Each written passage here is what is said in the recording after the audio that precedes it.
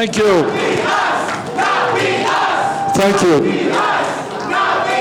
Let me thank, wow, so what a wonderful turnout for a workday afternoon. Thank you so much. So you all ran away from work to come here, all right? You think I'm going to write you a note, huh? No. All right, thank you very much. And let me begin by introducing to you the next First Lady of the United States, Jane Sanders.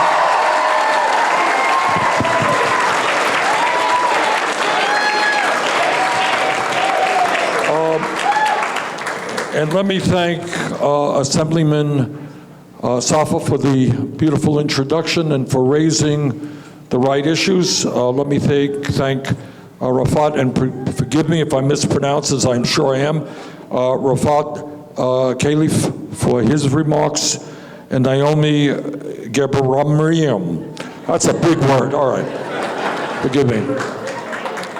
And thank you again all for being here for a serious thank you. Love you too.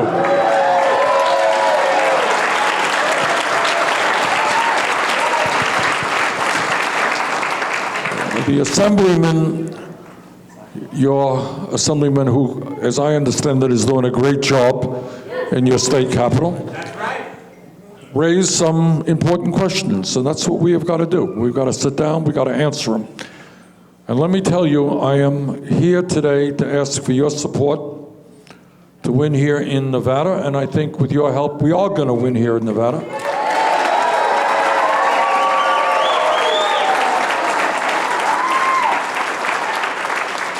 And I am here today to ask for your help to enable us to defeat the most dangerous president in the history of this country. And with your help, we're going to do just that.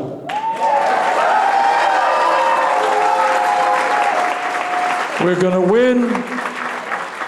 We're going to win here in Nevada and all across this country because the American people are sick and tired of a president who is a pathological liar. I honestly believe he does not know the difference between a lie and truth. Not quite the quality you want in a president of the United States. He is running a corrupt administration, and I suspect we're going to learn a little bit more about that in the weeks to come in the impeachment process.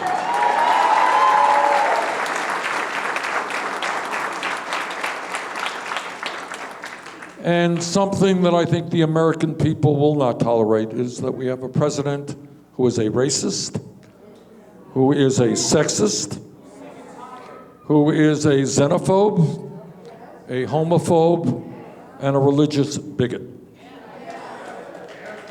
Other than that, and it really does not give me pleasure to say that.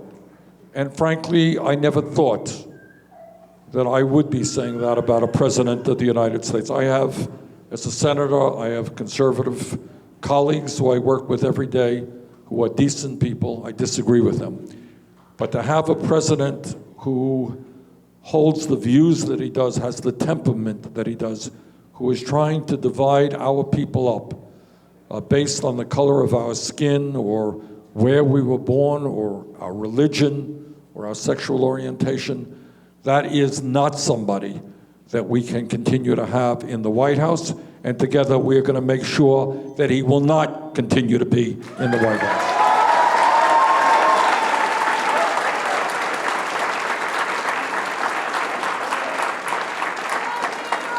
What our campaign is about, though, is not just defeating Donald Trump.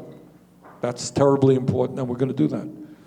But it is about asking the questions and thinking outside of the box so that we can finally transform our economy and our government so that it represents all of us, not just wealthy campaign contributors.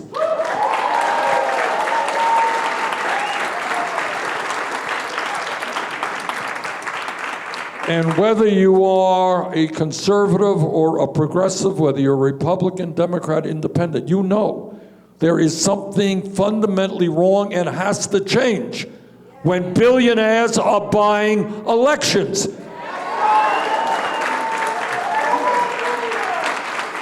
So I say to your local billionaire, Mr. Adelson, and billionaires all over this country, that we are not going to allow billionaires to spend hundreds of millions of dollars to elect candidates who represent the rich and the powerful.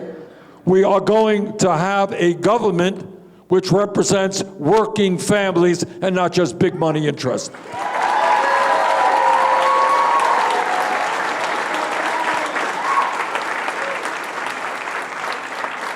And we are going to deal with another issue that until recently has almost not been discussed at all. Congress doesn't discuss it, the establishment doesn't discuss it, corporate media doesn't discuss it, and that is the grotesque level of income and wealth inequality in America today.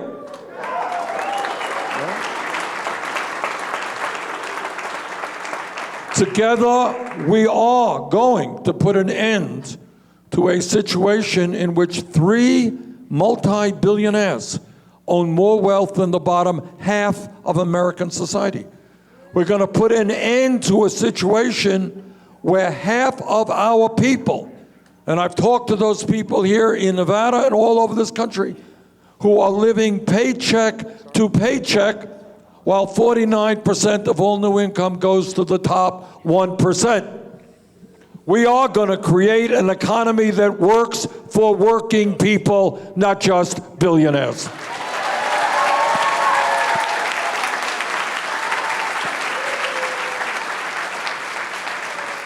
Well, Donald Trump thought it was a great idea to give $1 trillion in tax breaks to large, profitable corporations and the 1%.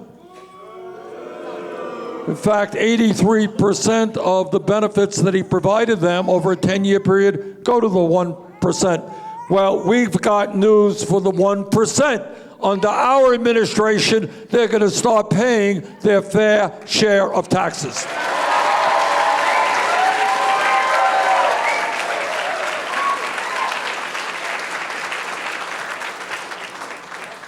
And what we are going to do is to end this absurdity that in the richest country in the history of the world, we got tens and tens of millions of people who are working for starvation wages.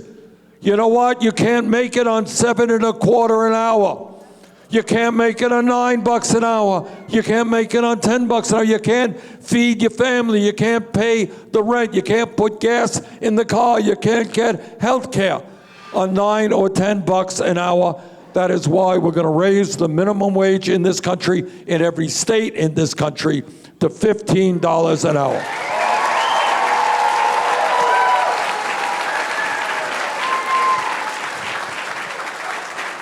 And we are tired of women making 80 cents on the dollar compared to men.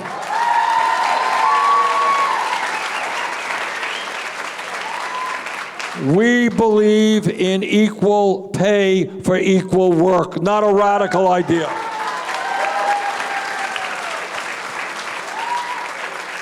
And I'll tell you what else we're going to do. We are going to make it easier for workers to join unions and earn union wages.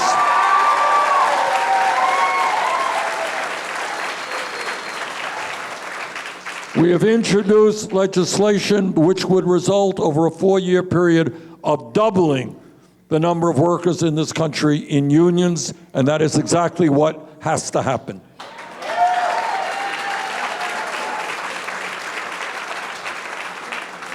And because we love this country, we love our children.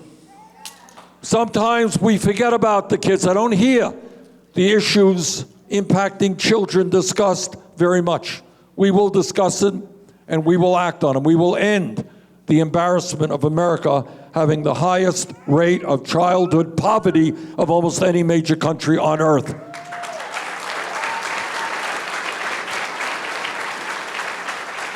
We will end, the psychologists tell us that 0 through 4 is the most important years of emotional and intellectual development. That's what everybody knows to be true, 0 through 4. And yet we have a child care and pre-K system in this country which is dysfunctional, where working class families cannot afford or find the quality child care that they need, where the workers who do child care are paid starvation wages. If we love the kids, we're going to have quality, affordable child care for every family in America.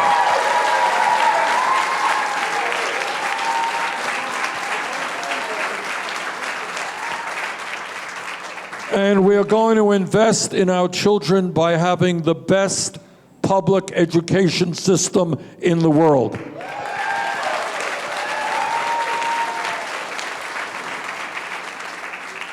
And part of what the political revolution is about is changing our values.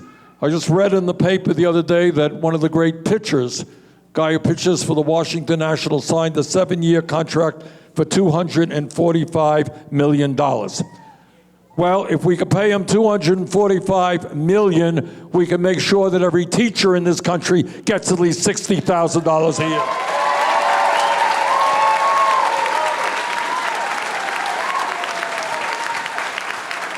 Because we want to have the best educated population in the world. And that means we invest in our schools, especially low-income schools, Title I schools. And I'll tell you what else we do when we change our value system. We say that every kid in this country, and I come from a working class family myself, but every kid in this country, regardless of his or her income, must have the right to get a higher education.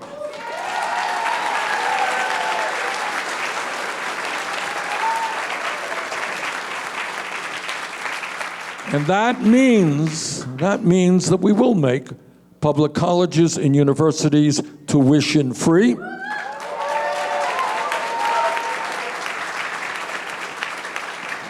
And 4 years ago, when I talked about that idea, it seemed like it was a very radical idea. Well, a lot has happened in 4 years. Not seemed to be such a radical idea now.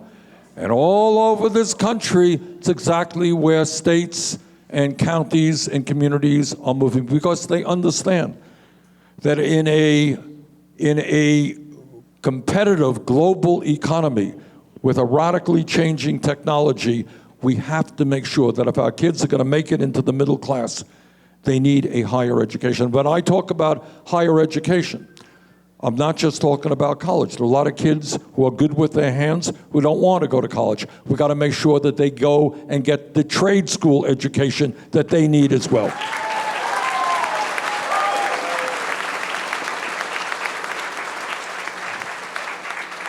And when we talk about education, if you think outside of the box, you got to ask yourself, how does it happen that millions of people today are struggling with incredible levels of student debt?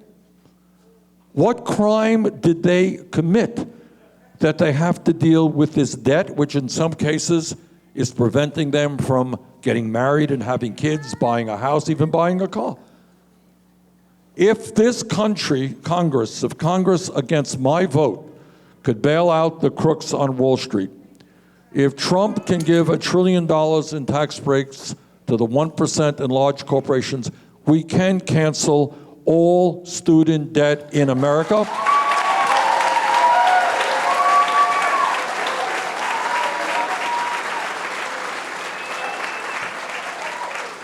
And we do that through a modest tax on Wall Street speculation.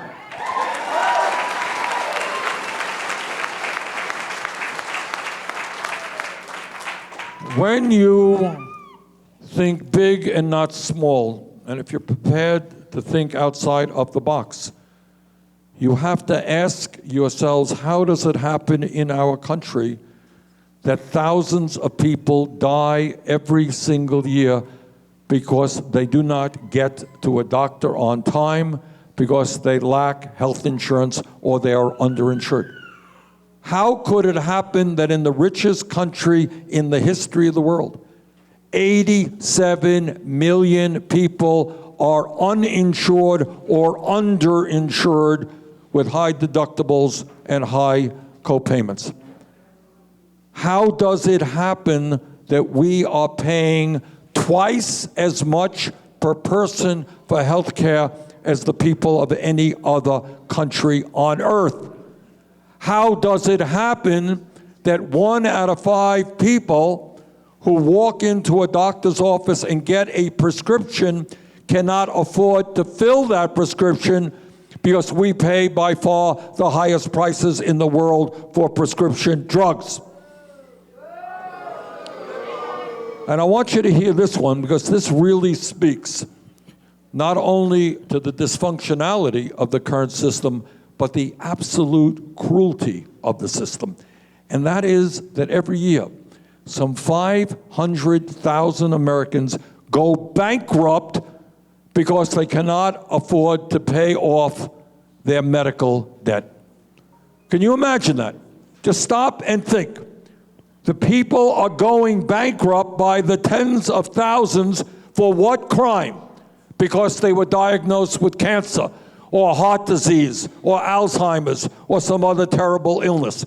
It is not too much to say that in the wealthiest country in the history of the world, people should not suffer financial destruction because they came down with a serious illness.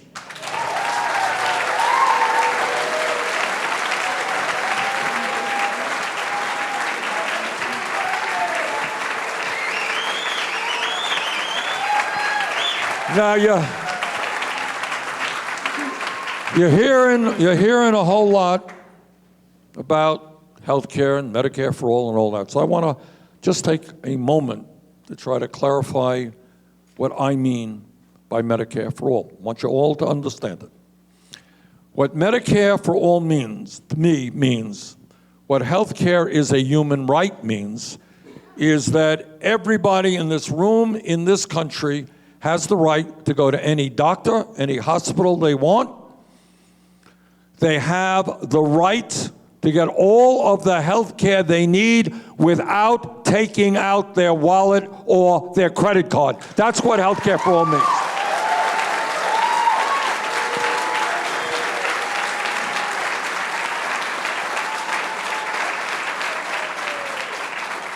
Medicare for all means, in the legislation that I wrote, I want you all to hear this, so there's no ambiguity here. It means we eliminate all premiums for workers and their employers, all gone. It means there are no more co-payments when you walk into a doctor's office. It means that we eliminate an absolutely insane concept, when you think about it, called deductibles. Think about it. You know, we're all used to it. Deductibles mean that you have health insurance when or if you're able to come up with the first $5,000 or $10,000 out of your own pocket. So what the hell does that mean if you don't have the $5,000 or $10,000? It means you don't have any health insurance. And we got people all over this country, $5,000, $10,000, $15,000 deductibles. That's gone as well. What?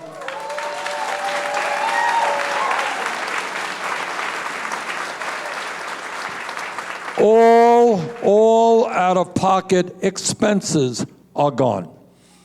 What Medicare for all means is that we are going to expand Medicare, which is now a good program for seniors. We're going to make it better.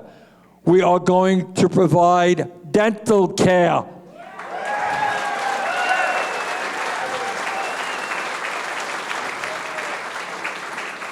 Last that I heard, oral health was health care. We're going to provide hearing aids. Because you got thousands and thousands of people in this country who are isolated because they can't hear. We're going to provide eyeglasses so kids can see the blackboard.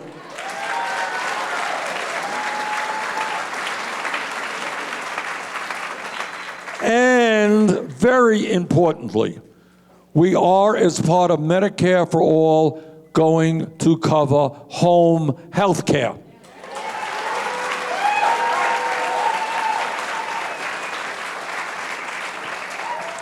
The way we do it, not complicated. Right now, you're eligible for Medicare at the age of 65. Year one, we lower that eligibility age to 55. Year two, 45. Year three, 35. Year four, everybody is in.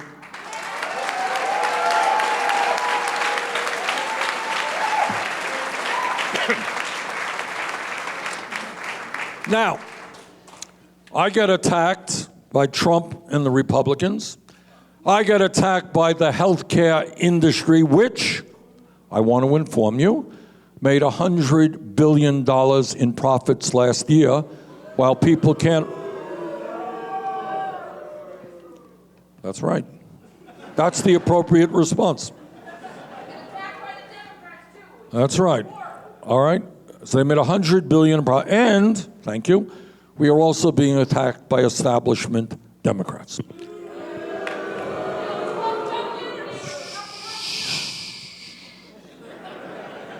Ma'am? All right. So what we have got to understand is that this fight for Medicare for All really is not about health care, because it is impossible to defend a system in which we spend twice as much as any other country, and so many of our people are uninsured or underinsured, and we pay the highest prices in the world for prescription drugs. How do you defend that system? You can't. What this fight really is about is whether, as a people, we have the courage to take on the greed and power of the healthcare industry. That's what this fight is about.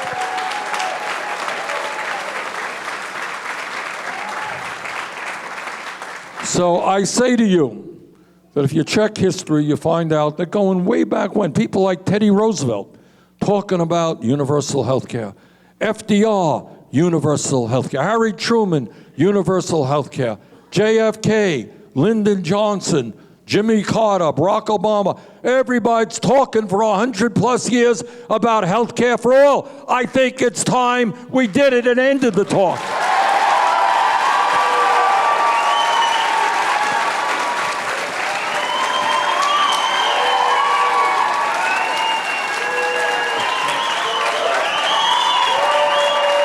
That's right.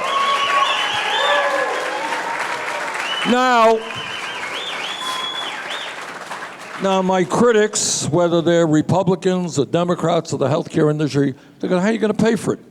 Well, the real question is to ask, how are we paying for it now? How are you paying for it now? So I'll tell you how you're paying for it now. If you are the family in the middle of the American economy, what we call the median income family, right in the middle, you're making about $60,000 a year. You are paying, if you are that family, $12,000 a year for health care, for premiums, for deductibles, for drugs, for out-of-pocket expenses. $12,000 a year, 20% of your income. That's how you're paying for it right now. That is a hell of a lot of money. Let me contrast that with how we think workers should be paying for Medicare for all. Am I going to sit here and tell you that health care is free? No, it is not free. It costs a lot of money. Healthcare is an expensive proposition. But what we are proposing is a 4% income tax with an exemption of $29,000. First $29,000. That means if you are that $60,000 a year family, you're paying 4% of $31,200 a year for comprehensive health care. That's a pretty good deal.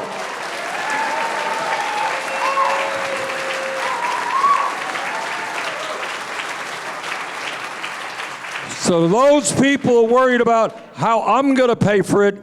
You tell the American people why you are asking that average worker to pay 10 times more for the health care he or she has than our proposal.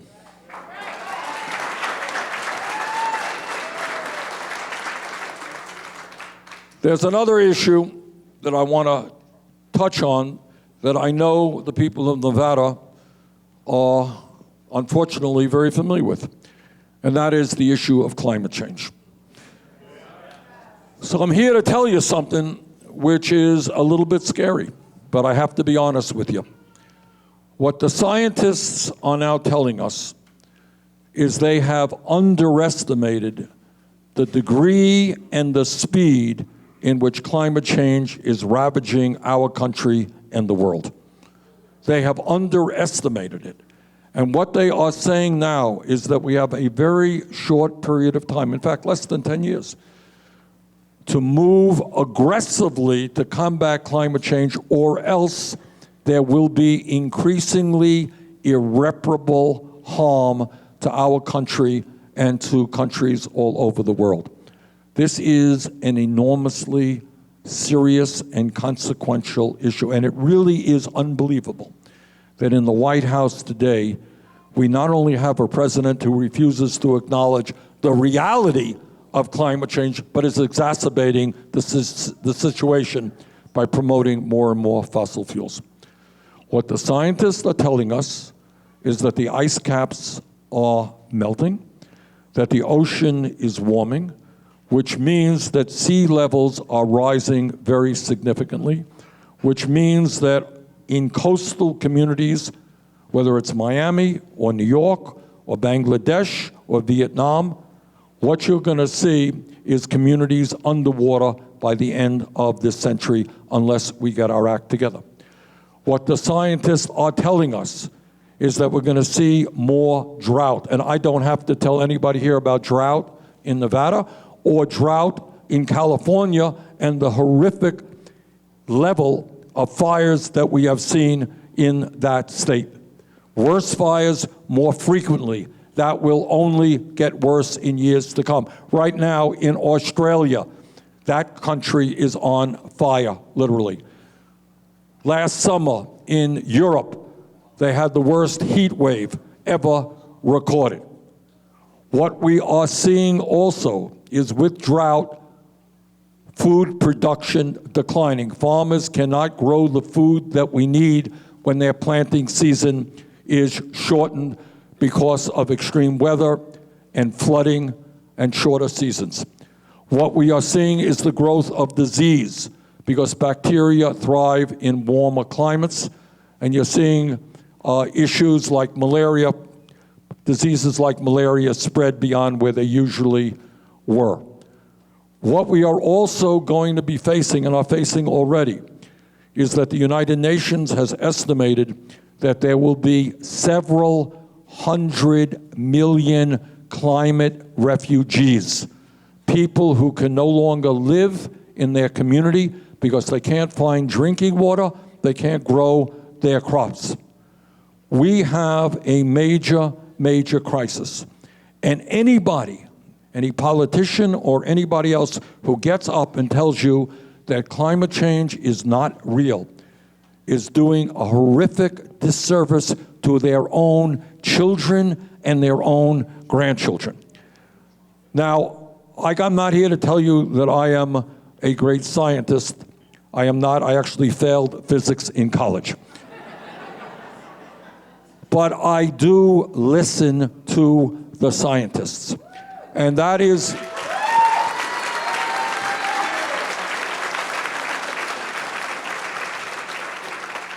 it's a pretty sad state of affairs when in America you get applause because you believe in science.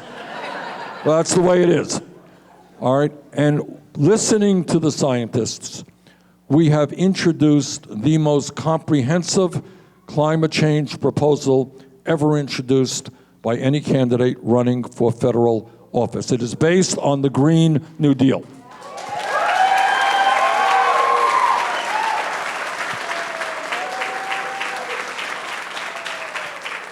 And essentially, and again, I want you to think outside of the box. I want you to think outside of the box in the same sense that I asked you to think about a healthcare system which allows people to go bankrupt because they came down with cancer. I want you to think about an energy system in which the fossil fuel industry knowingly lies about the product that they produce. ExxonMobil and these other companies have very smart scientists who have told them for years that CO2 emissions, carbon emissions, are leading to climate change. And you know what the fossil fuel industry did? They used millions and millions of dollars to fund phony think tanks and to get people up on television saying, oh, we're not sure about climate change, if it's real or if it's not real. What we are telling the fossil fuel industry, and as president, that is exactly what I will do, is to say to them that their short-term profits are not more important than the future of this planet and the lives of future generations.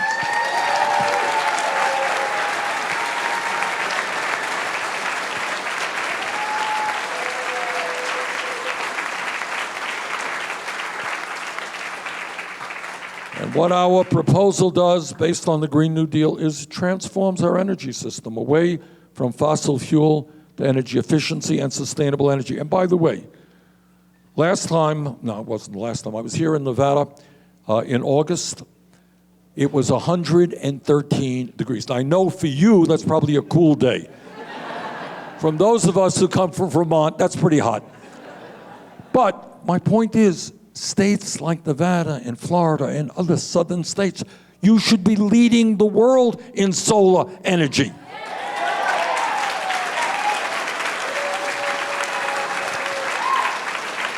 And by the way, when you do that, it not only cleans up our environment, it not only combats climate change, you know what else it does? It's going to lower your electric bill.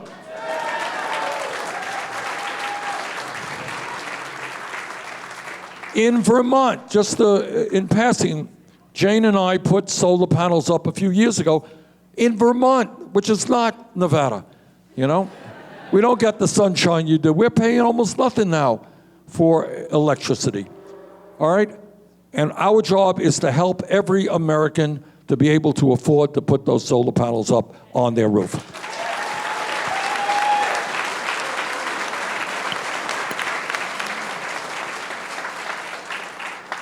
Now, of the many disgraceful things that Donald Trump does, one of them is to demonize undocumented people in this country. It is very, very ugly, and that's part of his effort to divide us up.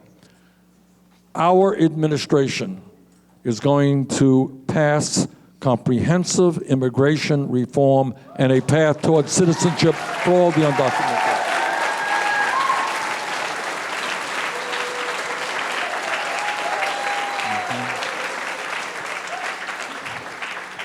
We are going to end our current federal policy on the border in which federal agents are snatching children out of the arms of their mothers.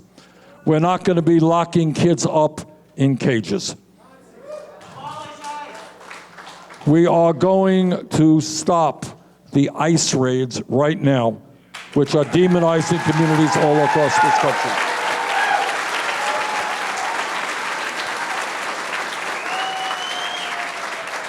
And on our first day, there are some things you could do with executive order, and other things you need legislation. On our first day in office, through executive orders, we will overturn all of Trump's racist executive orders on immigration.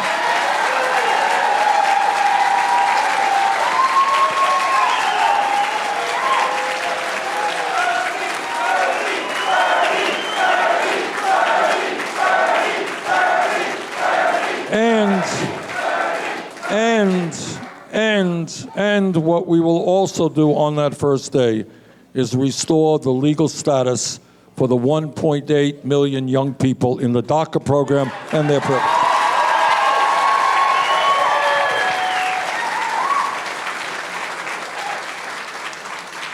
We are also going to take on, very forcefully, a broken and racist criminal justice system.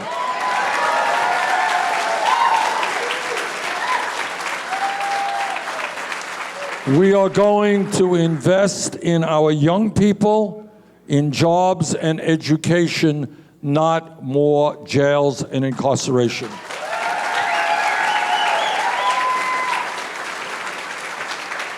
We are going to end, once and for all, private prisons and detention centers.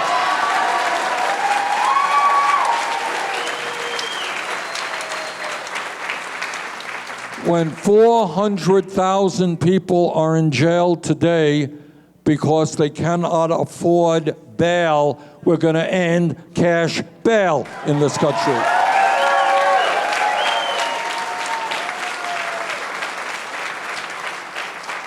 And we are going to end the so-called war on drugs.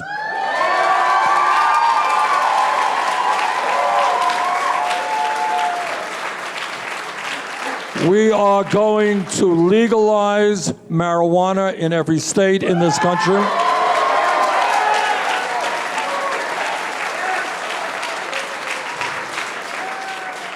We are going to expunge the records of those arrested for possession of marijuana. And I'll tell you what else we are going to do. And this idea, I can't tell you I thought of it. It came from friends in the African American and Latino communities. And that is, when marijuana is legalized all over this country, we're not going to let a handful of large corporations control that industry.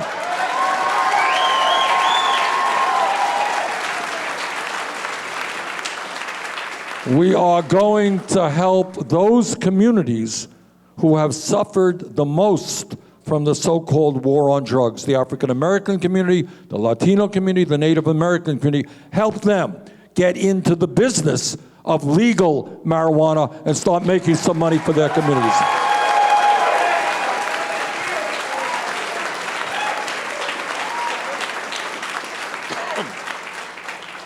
Now, if there is any city in America that understands the horror of gun violence, I am in that city today. And all that I can tell you is that our gun policy will be dictated by the American people, not the NRA.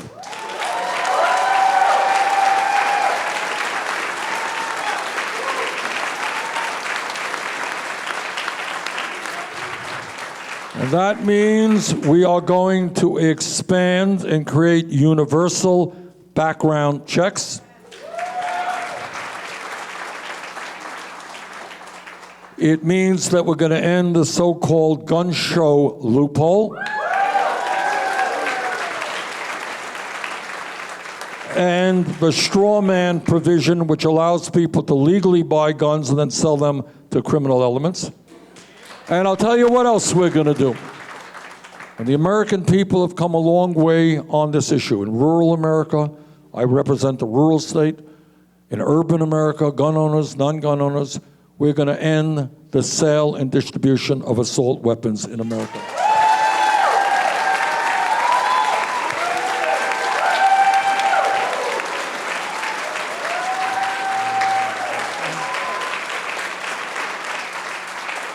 And this is a tough issue. No one has any magical solution, but this is what we are dealing with here is not only the horrors that we saw in Las Vegas and we see so often, too often, all over the country. I'll tell you what else it is. I go and I talk to groups and I talk to parents who are scared to death about sending their kids to school.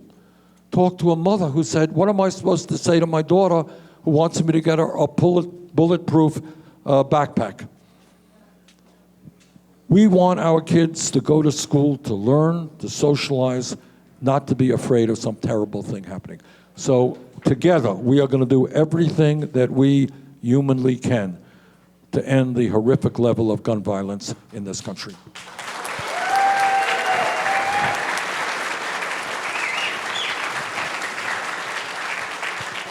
And let me say one other thing. You know, I'm a United States Senator, and I'm on the floor of the Senate, and I often hear my conservative colleagues talk about getting government off the backs of the American people. They talk about small government. You've heard them. That's their mantra. Well, what I say to them is if you believe in getting government off the backs of the people, understand that it is women who have a right to control their own bodies, not politicians.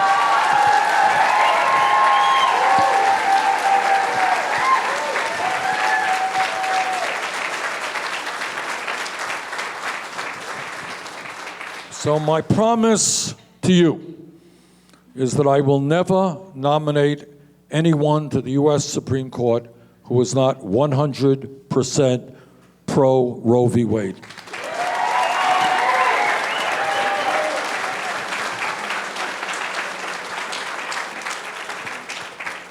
Let me conclude by saying this. The 1% in our country and the corporate elite have incredible wealth. They have unlimited amounts of money, and they have incredible power. They have significantly controlled the political process in state governments and in Washington. They own the media. They have enormous power over our economy. They decide whether workers get decent wages or not, whether jobs stay in Nevada or go to China. That's the power that they have. And this is no small thing. And the reason that the message of our campaign is us, not me, is that the truth is, and I'm the only candidate for president who will tell you this, is that no one president, no matter how honest or well-intentioned he or she may be, can do it alone. Because you know what we're doing? We're taking on Wall Street. You know what Wall Street is? Do you know the power of Wall Street? Do you know that 6 banks have assets equivalent to half the GDP of America, $10 trillion? 6 banks. Do you know what the power of the drug companies is? They have spent $4 billion over the last 20 years in lobbying and campaign contributions to make sure that you pay the highest prices in the world for prescription drugs. The power of the insurance companies. The power of the fossil fuel industry who lies year after year about what they are doing to the planet while they make tens of millions, billions in profit. The power of the military-industrial complex who get us into endless wars that we are going to get out of.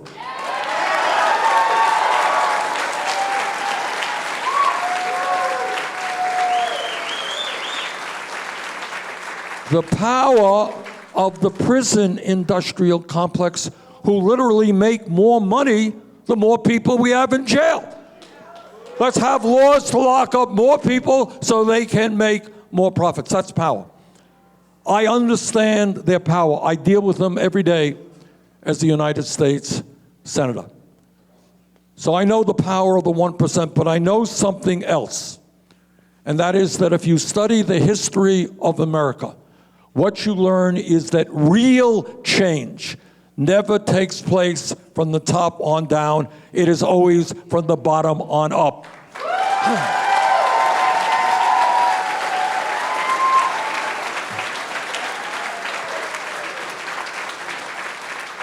And I want you to think about the history of the labor movement and the courage shown by workers who told their employers that they are not animals, they're human beings, and they will be treated with respect and dignity. Think about the history of the women's movement, where millions of women and their male allies stood up and fought back. Let's not forget that 100 years ago from today, women in America did not even have the right to vote, did not have the right to go out and do the jobs they wanted to do, did not have the right to get the education that they wanted to get. And they said, sorry, you will not define us. We will define who we are. You will not define who we are.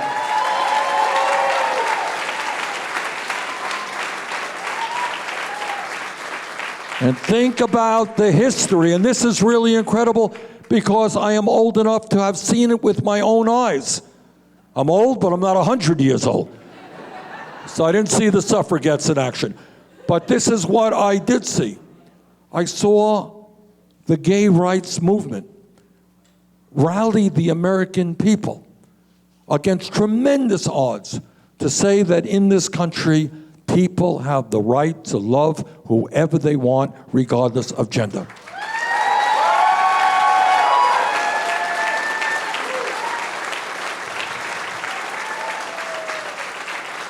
And right now, I am seeing that, you are seeing that in the environmental movement. Where do you think the leadership is coming? You think it's coming from Washington? It is coming from the grassroots, from young people, Sunrise Movement and others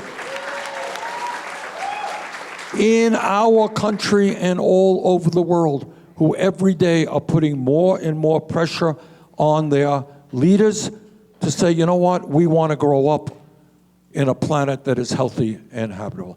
That is how change takes place. So what I'm here today is to ask for your support, obviously, to win here in Nevada, to beat Trump. But I'm asking something more of you. I am asking of you to work with me to transform this country, to pay attention to our children, our workers, our seniors, our disabled.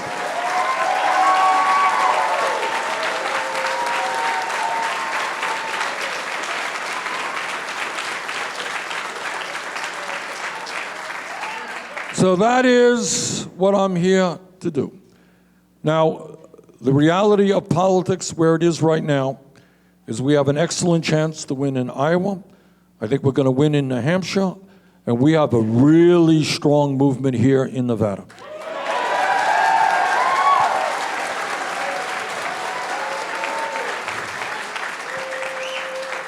And just to mention, I think we're going to win in California as well. And if we do that, and I think we are positioned to do that, we're going to win the nomination. And when we win the nomination, we're going to defeat Donald Trump big time.